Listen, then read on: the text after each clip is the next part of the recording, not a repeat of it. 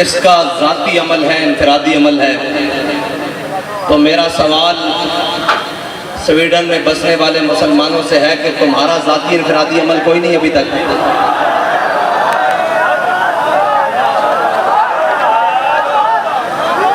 اگر تم کلمہ پڑھتے ہو تو تمہارا بھی ذاتی انفرادی عمل اس وقت بہت سارے ہو جانے چاہیے۔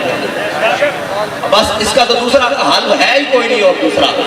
اگر اس کا ذاتی ہے تو پھر تمہارا بھی تو ذاتی خالد بن الولید والا ہونا چاہیے، تمہارا ذاتی عمل بھی تو عمر بن خطاب والا ہونا چاہیے، تمہارا ذاتی عمل بھی تو جناب غازی علم الدین والا ہونا چاہیے، تمہارا ذاتی عمل بھی تو عامر عبد الرحمن چیمہ والا ہونا چاہیے، تمہارا ذاتی عمل بھی تو جناب ممتاز قادری والا ہونا چاہیے۔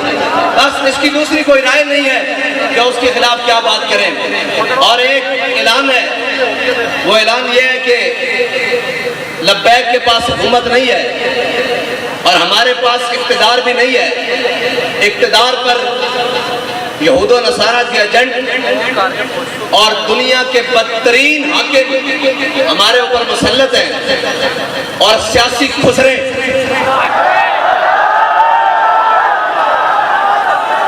وہ ہمارے اوپر مسلط ہیں، اور جن کا نہ دین ہے نہ ایمان ہے، وہ صرف اور صرف اقتدار کی ہوس میں اپنا سب کچھ بیچنے کے لیے تیار ہیں۔ انہوں نے پوری قوم کی عزت بھی بیچ ڈالی ہے۔ میرا اعلان پہلا تو یہ ہے کہ انشاءاللہ اتوار والے دن ظہر سے عصر تک پاکستان کی ہر بڑی شاہراہ پر لبیک والے بیٹھیں گے، اس لیے کہ ہمارے پاس اقتدار نہیں ہے۔ آپ نے گھر سے مسلح اور قرآن لے کر آنا ہے۔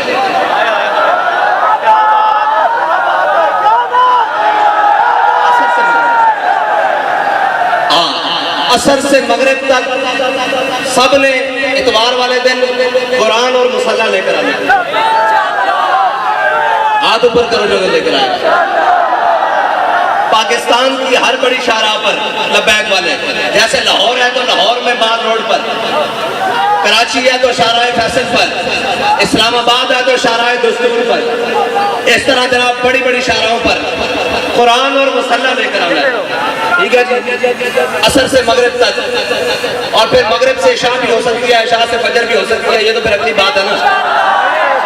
قرآن اور مسلح، اور اپنے بچوں کو بھی ساتھ لے کر آنا ہے۔ اپنے بوڑھوں کو نہیں مرتے یار، بوڑھے کچھ نہیں ہوتا ہے، بوڑھوں پر بھی ساتھ لے کر آنا ہے، نوجوانوں کو بھی ساتھ لے کر آنا ہے، گھر میں کوئی بندہ نہ رہے۔ ٹھیک ہے بھائی، جتنے لبیک والے سارے مین شاہراہوں پر، اگر شہر دور ہیں تو جو ان کے قریب مین سڑکیں بنتی ہیں وہاں پر آئیں گے۔ یہ ہمارا اعلان اس وقت ہے جب تک لبیک کے پاس حکومت نہیں ہے، اور اگر لبیک کے پاس حکومت ہوتی آج کے دن تو پھر کوئی تحریکی مارچ ریلیوں کا اعلان نہیں ہوتا، صرف ایک پی ٹی وی کا مائک ہوتا، اور جو بھی لبیک جس کو حاکم بناتی وہ سامنے ہوتا، اور وہ کہتا کہ گھروں سے ایک مسلح اور اپنا ہتھیار اور اپنی سواری لے کر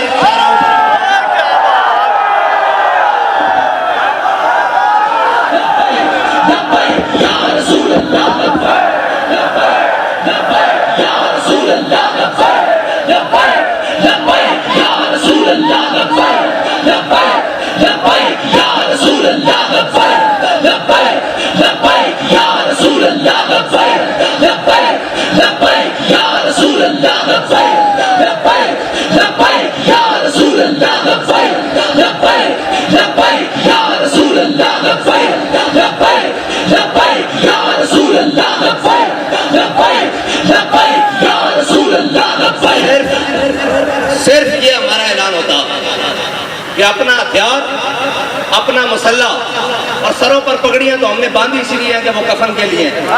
ایسے بھی سفید سوٹ باندھتے ہیں، ایسے بھی شہید تو جس حالت میں بھی چلا جائے۔ اور اللہ کی قسم، یہ یورپی یونین نیٹو کی بات کرتے ہیں، پوری دنیا ان کے قدموں میں آ جانی تھی۔ اگر یہ اعلان آج بھی کر دیں کہ تمام مسلمان جو چاہتے ہیں قرآن کی حفاظت ہو تو اپنا مسلح بائیں بغل میں اور اپنا ہتھیار دائیں بغل میں، اور ہاتھ لبیک کے نعرے ساتھ بلند کرتے ہوئے باہر آ جائیں۔ ہم بات کرنے جا رہے ہیں عالم کفر سے کہ یا تو تم نہیں یا تو ہم نہیں. یہ ہے علاج ان کا، اور کوئی علاج نہیں. یہ قرآن بابا جی پہلے بھی کہہ گئے ہیں، یہ قرآن اس لیے جلاتے ہیں کہ تم ملون ہو، تم حاکم پہ شرم ہو. ورنہ یار ایک اسرائیل، اتنا سا اسرائیل آج انہوں نے اس بات کو شامل کیا ہے کہ ٹھیک ہے کہ مسلمانوں کا بھی احتجاج، لیکن ہم اس کو اس لیے نہیں چلنے دیں گے کہ جناب اس میں تورات اور یہودیوں کی تورات اور انجیل ہے جی، یہ ساری اس کا بھی جلانے کا انہوں نے اعلان کیا ہے. لہذا ہم سے بات اسرائیل کے سفیر نے کی ہے، ہم آئندہ کے بعد اس کی اجازت نہیں دیں گے. اس کو غیر قانونی قرار دینے لگے ہیں. ڈوب کے مر جانا چاہیے پوری امت مسلمہ کو، پوری امت کو ڈوب کے مر جانا چاہیے، اس لیے کہ ان کا ایک سفیر کے چند لفظ وہ کام کر گئے جو پوری 1.5 ارب مسلمان نہیں کر سکتے. اقبال کہتا ہے حفظ قرآن عظیم آئین دست. اقبال کہتا ہے قرآن کی حفاظت یہ تیرا پہلا آئین ہے، اسلام کا آئین ہے. حفظ قرآن عظیم آئین دست یہ تیرا پہلا آئین ہے. اور حرف حق را فاش گفتن کہتا ہے جب بھی حق کی بات آ جائے سرے بازار کرنا یہ تیرا دین ہے، نہ تو آئین ہے. اب پوچھتے ہیں لبیک والوں کا آئین کیا ہے؟ آج کے بعد آپ کو ہمارا آئین پتہ لگ جائے. اگر لبیک کے بعد پاس حکومت آئی اور اگر کسی نے ایسی حرکت کی تو ہمارا علاج ایک ہی ہو.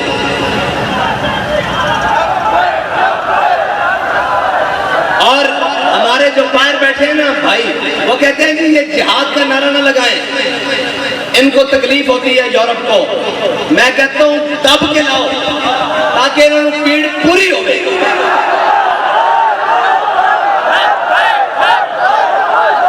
الجہاد الجہاد الجہاد الجہاد الجہاد الجہاد. اور نہیں کوئی ایسی دنیا افلاک کے نیچے،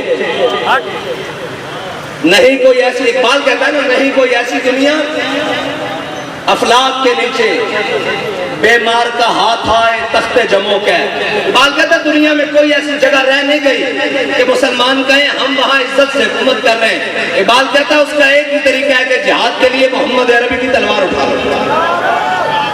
نہیں کوئی ایسی دنیا افلاک کے نیچے بیمار کا ہاتھ آئے تخت جموں کے. اور آگے اقبال کہتا ہے کہ دل کی آزادی شہنشاہی شکم سامان موت، اوپر سے لے کے نیچے تک شکم کے لیے بیٹھے ہوئے ہیں. دل کی آزادی ہے ہی نہیں، اگر ہوتی تو پھر قرآن کی آزادی، قرآن کے حرمت کے لیے بات ہوتی، قرآن کے تحفظ کے لیے بات ہوتی.